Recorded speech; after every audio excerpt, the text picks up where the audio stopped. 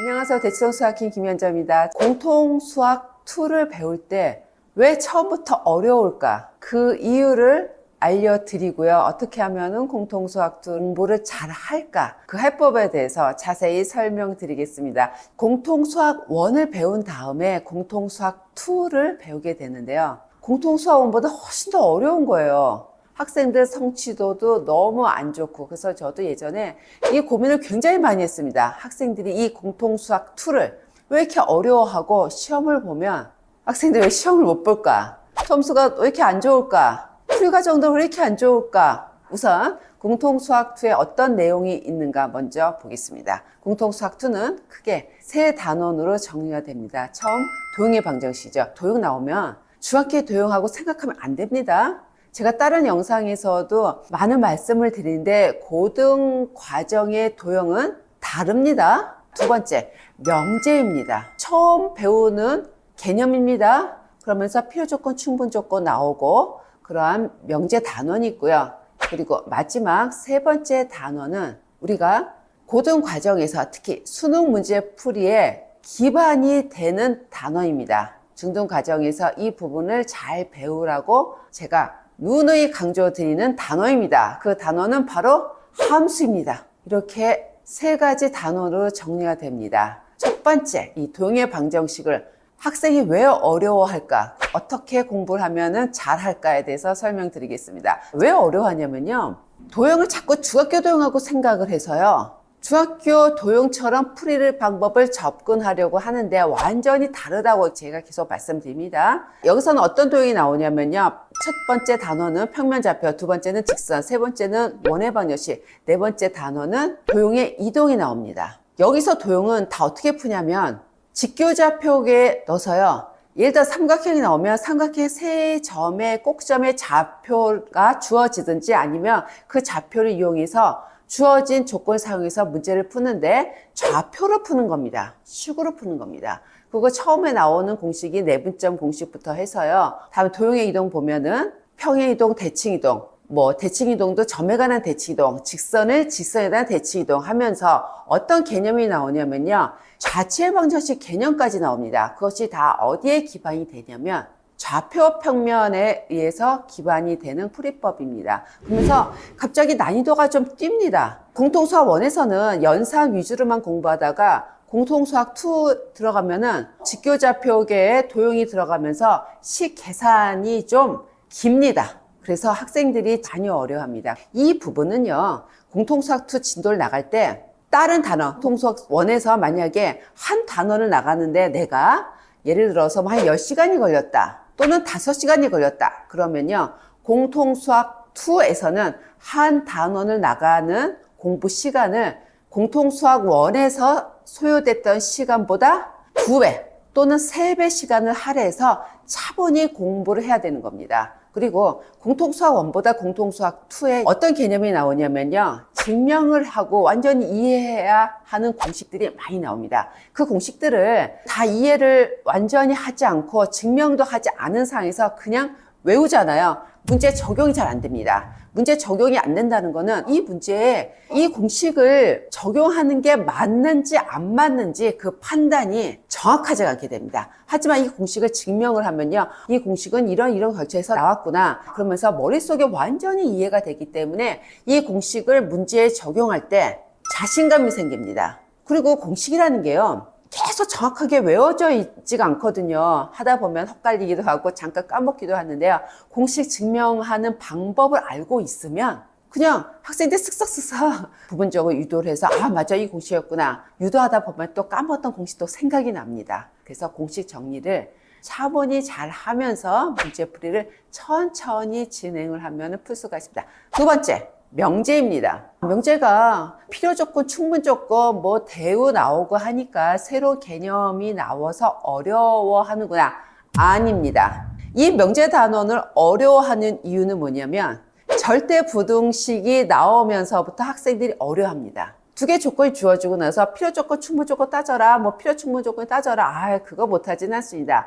만약에 거기에 오답이 많이 나온 학생들은요, 필요조건이야 충분조건인가, 필요, 충분조건 따지는 문제 안에 풀이 방법을 잘 몰라서 그러는 것이죠.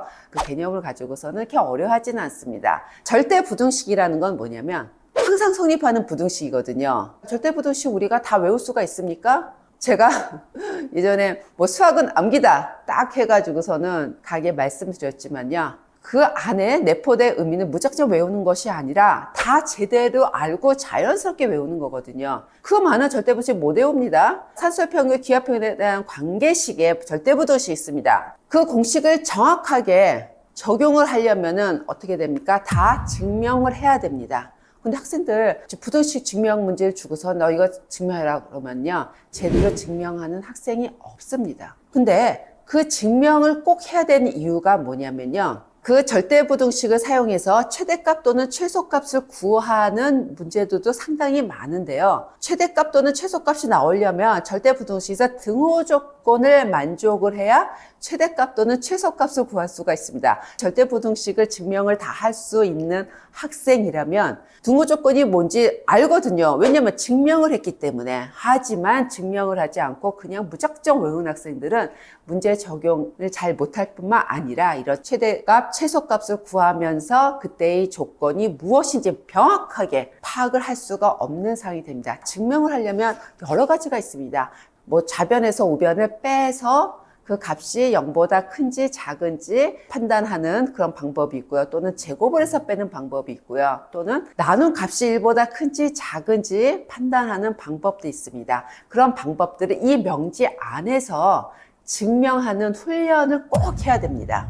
굉장히 중요합니다. 저는 수능 시험에서 증명하는 문제가 좀 많이 나왔으면 좋겠어요. 그 학교 시험에서도 서술형으로 물론 학교 선생님께서 채점하시는데 좀 애로사항이 있으시더라도 증명하는 문제가 좀 많이 나왔으면 좋겠습니다. 그 증명하는 문제를 학생들이 잘 하는 것이 잠재적인 수학 실력을 높이는 실력입니다. 자꾸 이런 증명하는 문제를 풀게 하고 익숙하게 하면은요, 여기에 관한 절대부등식 활용 문제는 그냥 풀립니다. 근데 절대부등식의 활용 문제를 잘 못 푸는 학생들은요, 이 절대부등식의 결과만 알고 문제 적용해서 풀려고 하니 계속 오답이 나오는 것이기 때문에 이 명제단원에 들어가면 학생들 뭘 생각을 하셔야 되냐면 제대로 증명을 다 해보자. 그래서 개념서가 중요하다는 것이요. 개념서에 보시면 그 증명을 어떻게 해야 되는가 자세히 나와 있습니다. 맨 처음에 학생들이 선생님 설명 한번 듣고 증명 잘 못합니다. 그래서 풀이 과정 해설지를 보고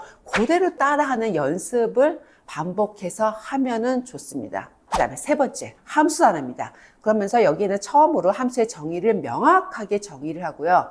합성함수, 그 다음에 역함수 정의가 나오고. 근데 여기까지 잘합니다. 그 다음부터 어떤 내용이 많이 나오느냐, 함수의 그래프 그리는 내용, 그 다음에 절대값이 포함이 되고 가우스 기호가 포함되고 그 다음에 가우스와 절대값이 뭐 같이 혼합이 되는 그런 문제들, 그래프를 그려야 되고 그 다음에 대칭 이동하고 평행 이동을 해서 그래프를 그려야 되는 경우, 이 내용들이 이 함수 단원에 있습니다.